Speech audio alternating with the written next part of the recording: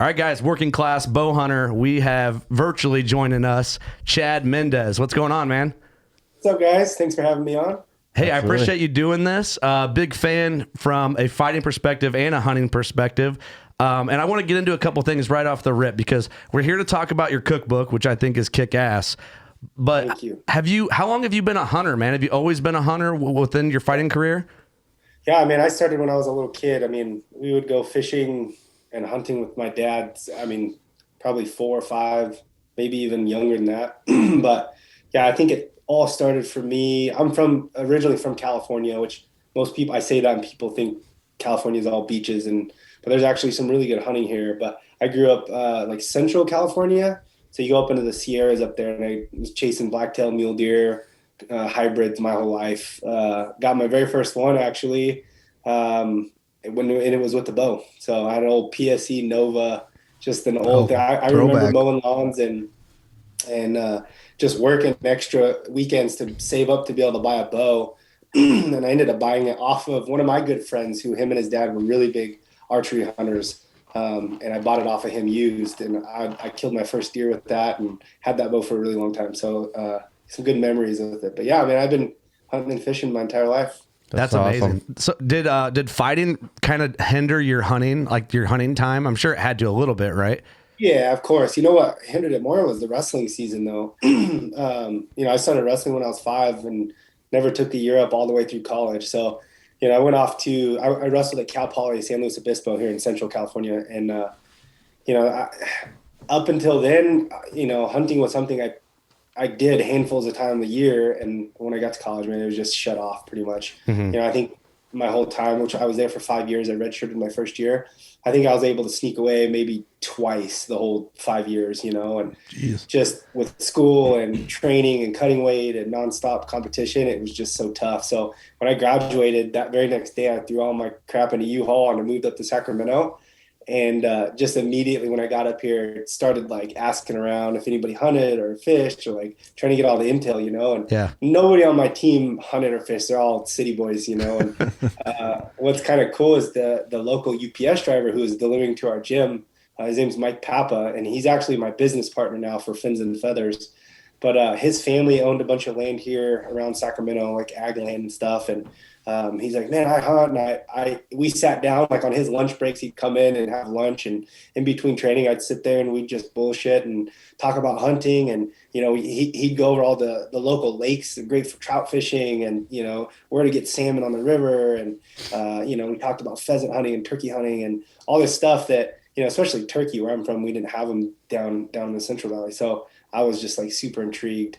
And I went out with him for my very first time here in Northern California and started hunting some of his family's property. And we hunted some public stuff and fished some of the lakes and became really good buddies. And that kind of started my hunting, hunting up here in Northern California when I moved up. So, yeah, man, it's been awesome since. It's, like I said, most people, when I tell them I'm from California, they don't realize the hunting, but I do have a YouTube channel, and there was a really cool backcountry hunt that we did, me and a buddy of mine, that, I show people that, like California, like it looks like Montana, just big, mountainous, really thick timbered, granite slides and stuff like that. And, just super cool. And so it's awesome to kind of open a lot of people's eyes about California with that type of stuff. So it did just say my internet's unstable. So if I start cutting up, just let me know, guys. It's all good, man. We live in the middle of nowhere here in Illinois, so we're used to that. But it's funny that you bring up California that way, because we just talked with a couple guys from Victory Archery, which is an arrow company out of California, I think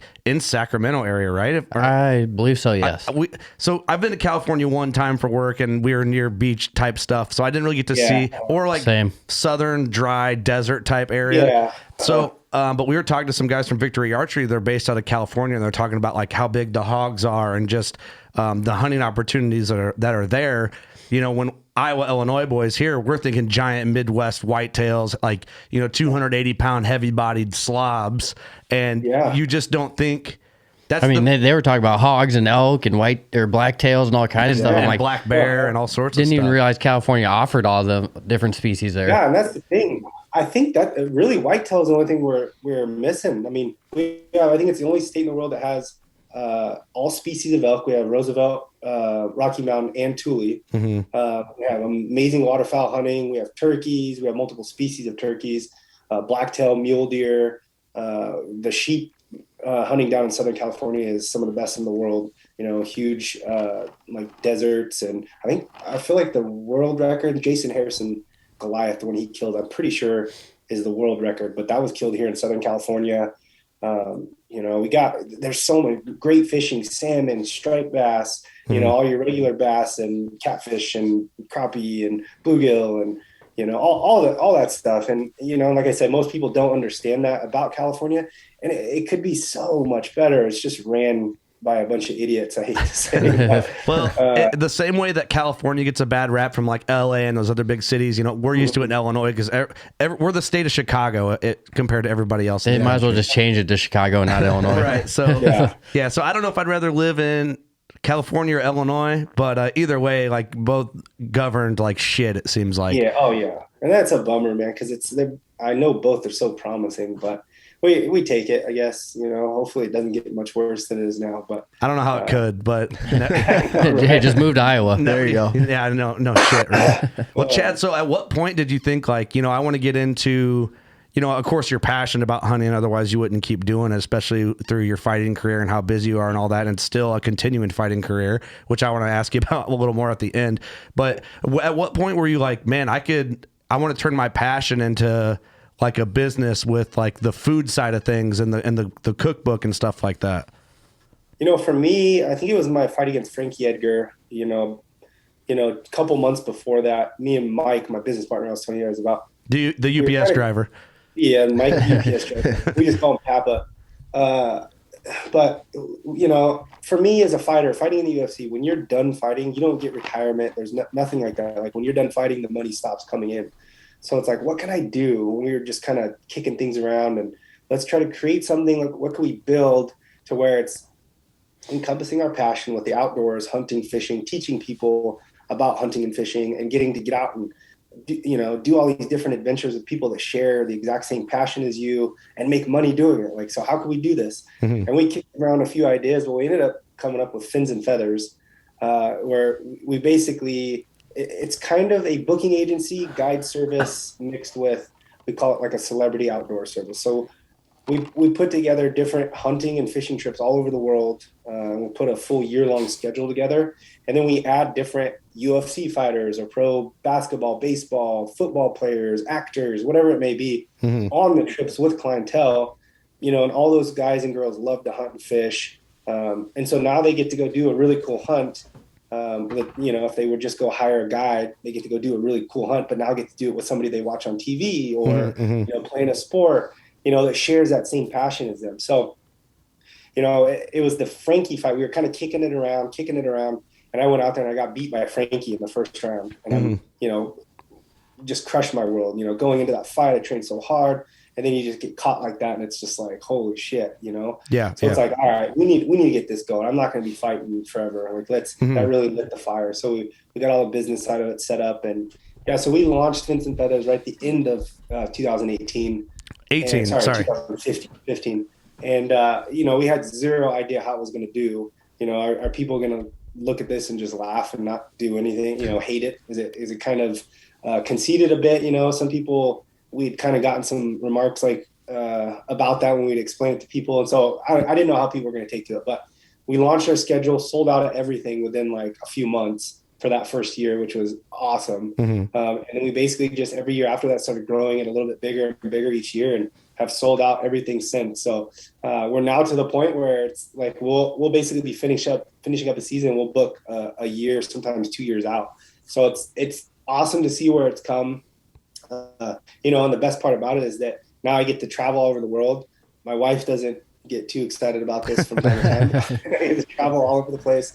And, get to hunt and fish with really cool women and men and, sometimes couples that, obviously share the same passion. Sometimes they've never done it before and they're just like very intrigued to learn, which is, always my favorite, because it's like, you get to teach them everything from square one, from start to finish. Yeah. And they're usually the ones that want to just learn everything anyway. So it's a really cool experience being able to do that. And then me and Chad Belding started The Provider, which is the cookbook. We started basically it's a wild game cookbook, which there's also domestic meats in it, but we also have 10 different rubs that are really geared towards wild game, but are good on pretty much anything as well. But that's, basically taking the same mindset from what we did with Fins and Feathers and wanting to basically share the love of the outdoors and teach this next generation and continue teaching the next generations why we hunt, what it means, what the purpose of it is, from field to fork. We go out there,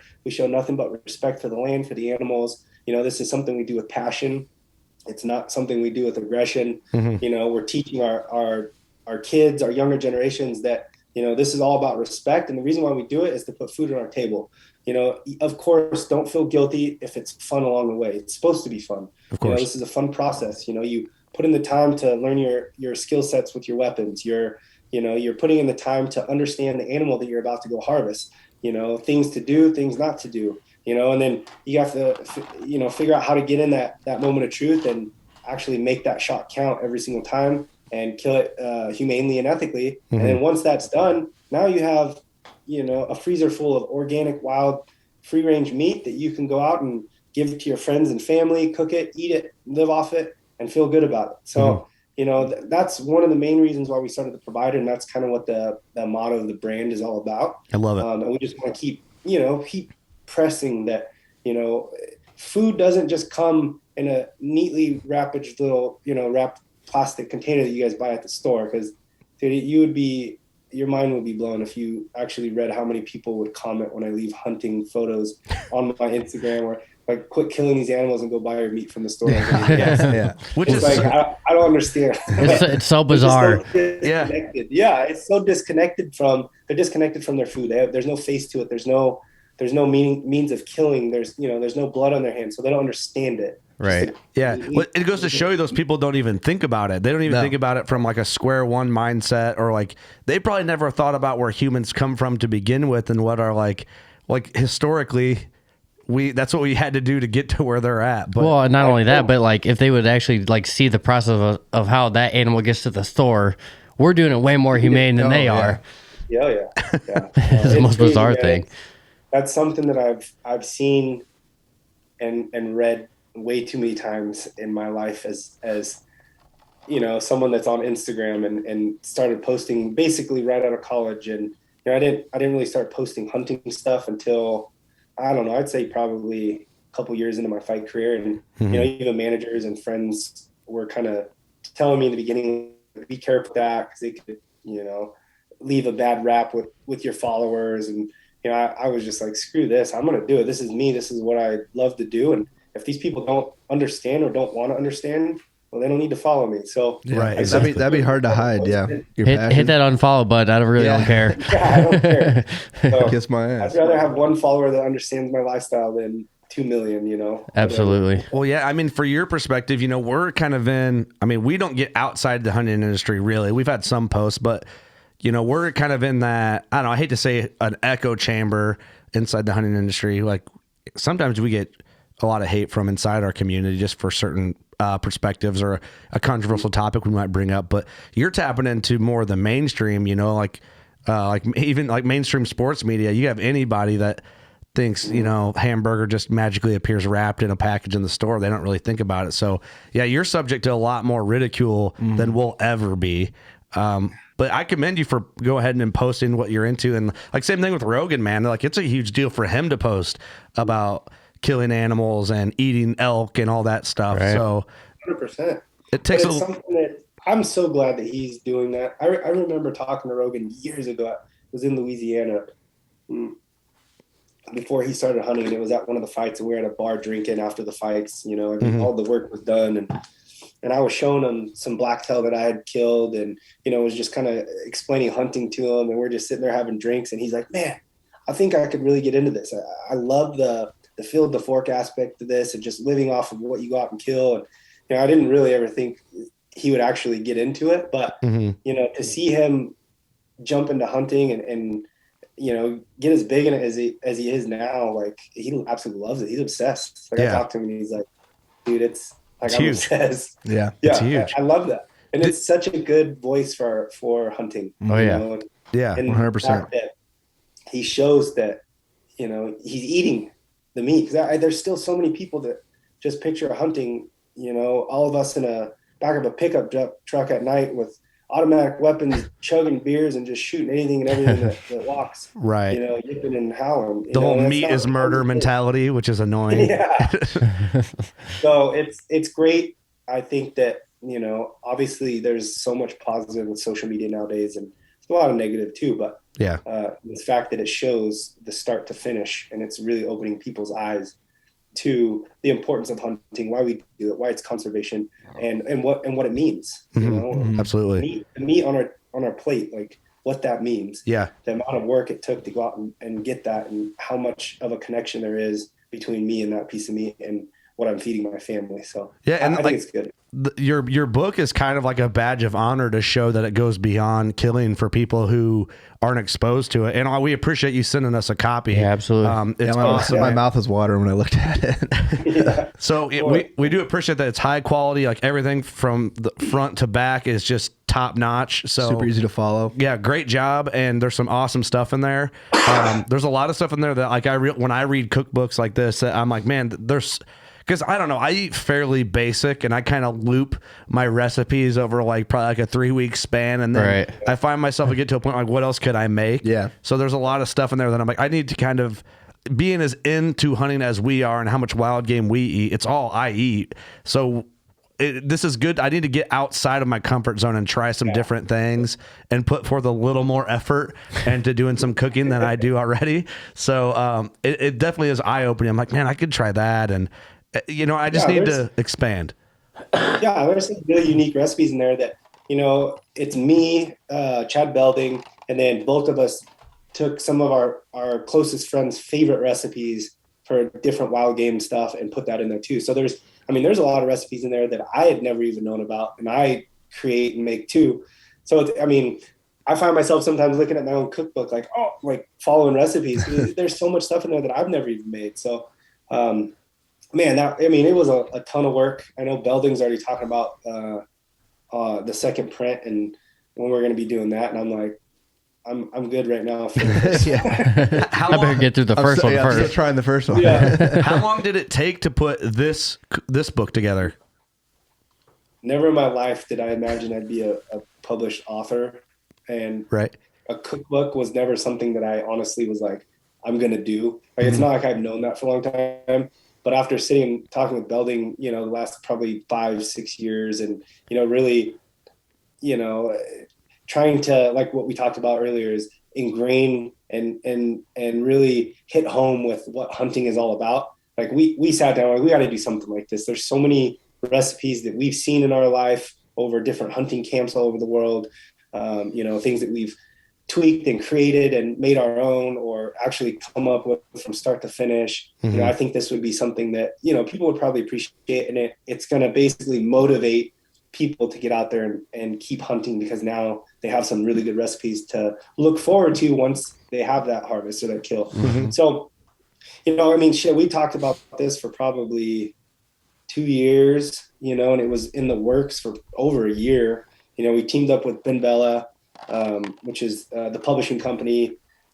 And I mean, the day that we did just the photos, the week, I think it was like 9 days actually of just the photos. Cause we did, I think, a photo for every single recipe, which most cookbooks don't do that, but you know, we wanted to really hit it home. Yeah. And, so I'm in Auburn, which from Reno, it's like hour and a half.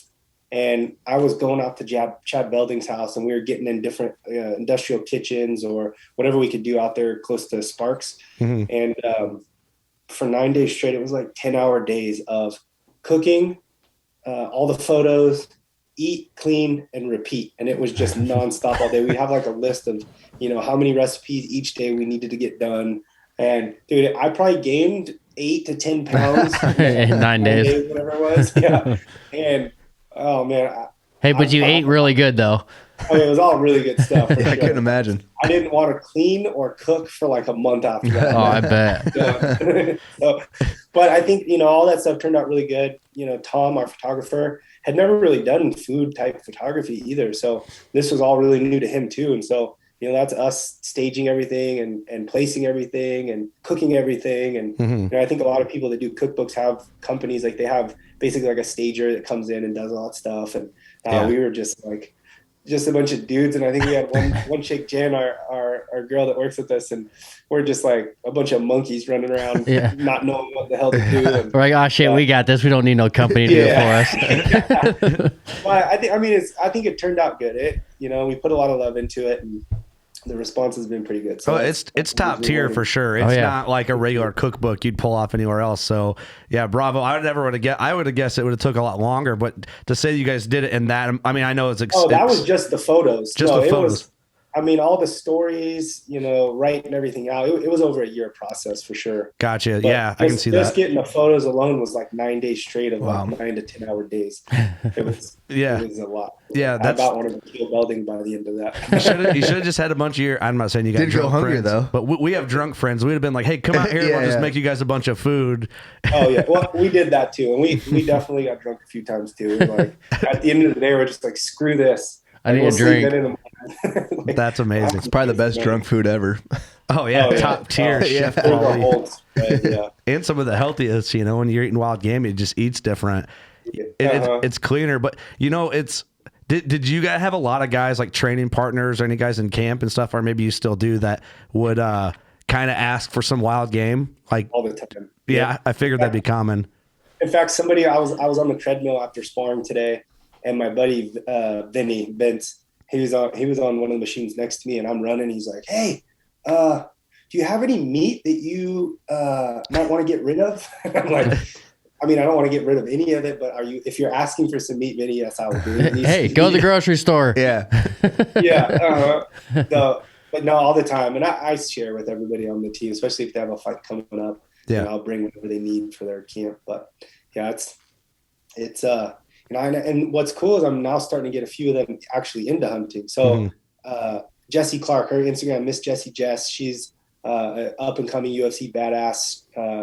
And I just got her first bow. She's now going to be one of our Fins and Feathers, like celebrity athletes, but she's never hunted before. So getting her on hunter safety all taken care of. She's going to learn how to shoot a bow. Very cool. And then we got Macy Barber, who's also a badass UFC chick. She's hunted, I think, most of her life. She already archery hunts and everything, but we're adding her to the list too. Very cool.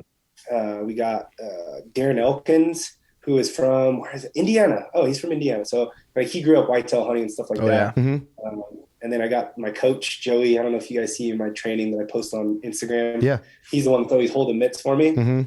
We just did a group. It was him, Josh Emmett, who also fights the UFC, Chris Holdsworth. We sat them through and they got their hunter safety course done. So they're all That's awesome. So that's awesome. Joey went and did his first turkey hunt with us.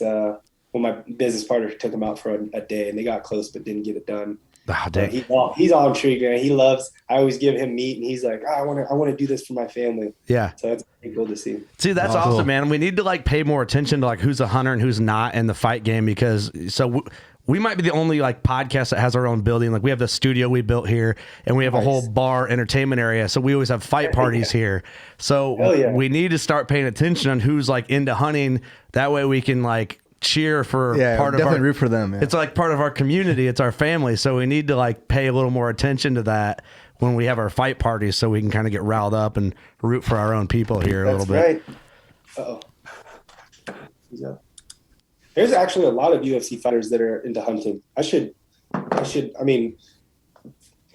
We have a bunch that are UFC celebrities for us. I'm trying to think, Guida's just now getting into hunting. Clay Guida, he's really big into fishing, big time. That's his obsession. Cowboy hunts. Yep. I figured he did. I'm trying to think of who else. Mike Chandler hunts. Oh, no kidding. Stephen Wonderboy, he's done some stuff and wanting to get into it more. Kind of a newer guy in the hunting. Yeah, a bunch of the big dogs. I didn't know a lot of that. Yeah, no, there's actually a big. If I could sit here and think longer, I would. It's pretty awesome that you have a good outlet to get people into hunting, though. Yeah, it's cool. Hey, I know. We're kind of pressed on time here, but I wanted to talk about Bareknuckle fighting championship a little bit. Man, I'm a big fan. We watch a lot of those fights here at our studio. And it's it's violent? Is it just like the cuts is what makes it seem a little more violent, right? Yeah, I think so.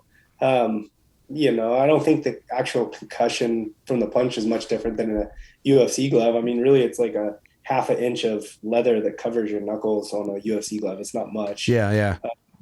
So I don't think that's much different. I mean, but yeah, the sharpness of the knuckles, man, they're going to cut some stuff up. So does that be my first one? We'll see how it goes. Yeah, and that's like not too far away, right? No, we're a month out today. Man, Wow. so you're going to be fueled by wild game. So I think if someone's going to be able to take a bare knuckle punch, man, I think you got it in you. Yeah. We're rooting for you. I hope, man.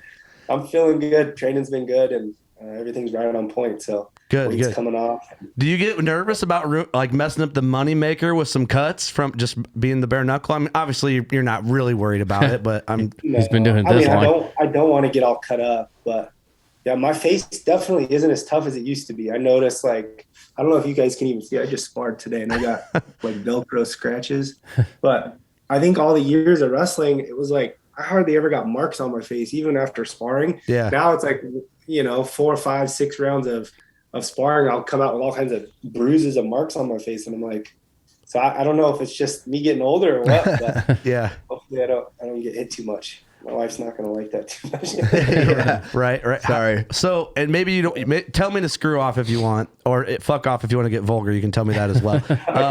So how long do you have in your fighting career before you're like, man, I want to pursue an outdoor industry career full time? Because you could, right? Like, I mean, that's definitely in the chips for you. I really have the last 3 years. I mean, I had zero plan of coming back, honestly. I retired at the end of 18 from the UFC. I still have 3 fights on my UFC contract. Oh, no kidding. Okay. They're being cool and letting me go do these. I have 3 fights on this bare knuckle. I don't know if I'm going to do all 3. We'll see. I'm going to go out there and fight this fight. And if I love it, I'll keep going, but we'll see. Yeah. But yeah, man, I had made the transition after retiring, running Fins and Feathers. I work with 10 different outdoor companies as an influencer and just basically getting to create content, send it to them, and get paid to do it. So I get to, it's another reason for me to hunt. At least excuse for my wife. I tell her that anyways. Right. That's a great excuse. Listen, babe, I'm getting paid to do this, so I got to do it. With the money or not. She's probably so tired of hearing me say that. I don't want to leave, but I have to. Got to pay the bills. Right? I gotta go. But so I mean, it's definitely nice. I'll tell you that. But I mean, I'm 36 years old. This is a huge opportunity, and it's a bigger contract than any UFC contract I ever had in my whole career. So the money is basically, I mean, I'm not doing it only for a paycheck. I do have the itch to compete still.